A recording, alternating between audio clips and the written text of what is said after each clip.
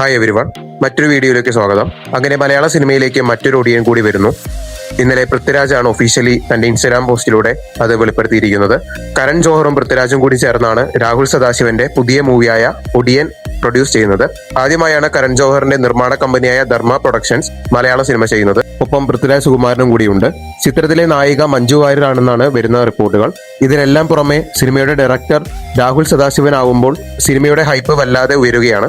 ഇപ്പോൾ കേരളത്തിലെ the best horror maker എന്ന് നിസ്സംശയം പറയാവുന്ന ഒരു ഡയറക്ടറാണ് രാഹുൽ സദാശിവൻ.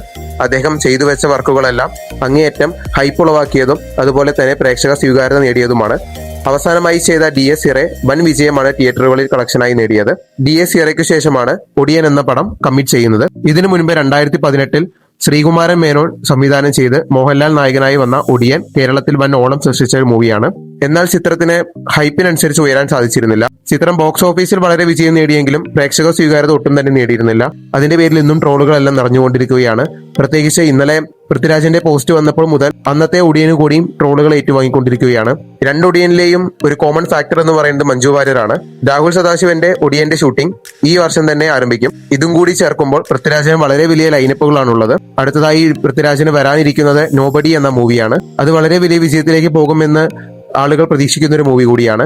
അതുപോലെ തന്നെ ഓണത്തിന് റിലീസാവാനിരിക്കുന്ന ഖലീഫ ഉൾപ്പെടെ ധാരാളം മൂവികൾ പൃഥ്വിരാജ് കമ്മിറ്റ് ചെയ്തിട്ടുണ്ട്. എല്ലാം ഒന്നിനൊന്ന് ഹൈപ്പ് ഉളവാക്കുന്നതാണ്. എന്നിരുന്നാലും പ്രൊഡക്ഷന്റെ സൈഡ് പൃഥ്വിരാജും കരൺ ജോഹറുമായതിനാൽ ക്വാളിറ്റിയുടെ കാര്യത്തിൽ യാതൊരുവിധ കോംപ്രമൈസും ഉണ്ടാവില്ലെന്നുള്ള കാര്യം ഉറപ്പാണ്. പിന്നീട് രാഹുൽ സദാശിവന്റെ മേക്കിംഗ് കൂടി ആവുമ്പോൾ ചിത്രം വളരെ നല്ലൊരു വിഷ്വൽ ട്രീറ്റ് ആവുമെന്നുള്ള കാര്യത്തിൽ സംശയമില്ല. എന്തായാലും സിനിമയുടെ അപ്ഡേറ്റുകൾ നമുക്ക് വരും ദിവസങ്ങളിൽ അറിയാം. പുതിയ സിനിമാ വിശേഷങ്ങൾക്കും സിനിമാ ഒപ്പീനിയനുകൾക്കും പുതിയ OTT റിലീസുകളെ കുറിച്ചും അറിയുന്നതിന് വേണ്ടി ഈ ചാനൽ സബ്സ്ക്രൈബ് ചെയ്യുക. നിങ്ങൾ ഈ സിനിമയ്ക്ക് വേണ്ടി വെയിറ്റിംഗ് ആണോ? നിങ്ങൾ പൃഥ്വിരാജിന്റെ ഏത് മൂവിക്ക് വേണ്ടിയാണ് വെയിറ്റിംഗ്? നിങ്ങളുടെ കമന്റുകൾ രേഖപ്പെടുത്തുക. Okay, by.